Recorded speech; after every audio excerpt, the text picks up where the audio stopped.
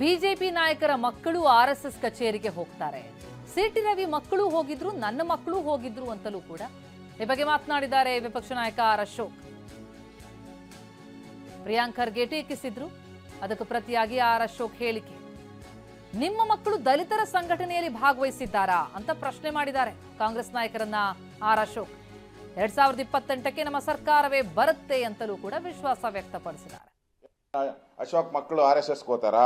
City Ravi ಮಕ್ಕಳು RSS ಹೋತಾರಾ?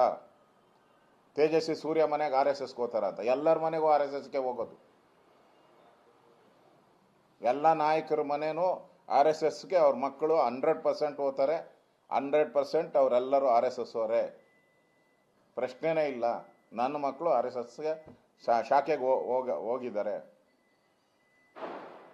ನಾನು ಹೋಗಿದ್ದೀನಿ, ಸಿಟಿ ರವಿ ಮಕ್ಕಳು ಹೋಗಿದ್ದಾರೆ.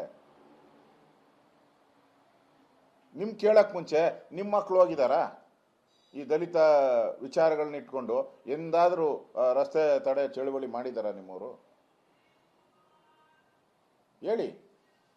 ನನ್ನ ಮಗ ಮಂಡ್ಯದಲ್ಲಿ ಇದ್ರದ್ದು ಏನು ಹನುಮತ್ ಧ್ವಜ ಹೋರಾಟ ಆದಾಗ ನನ್ನ ಮಗ ಹೋಗಿದ್ದ. ಹನುಮತ್ ಧ್ವಜ ಹೋರಾಟದಲ್ಲಿ ಭಾಗವಹಿಸಿದ್ದ. ನನ್ನ ಮಗ ಹನುಮತ್ ಧ್ವಜ ಹೋರಾಟದಲ್ಲಿ ಭಾಗವಹಿಸಿದ್ದಾರೆ.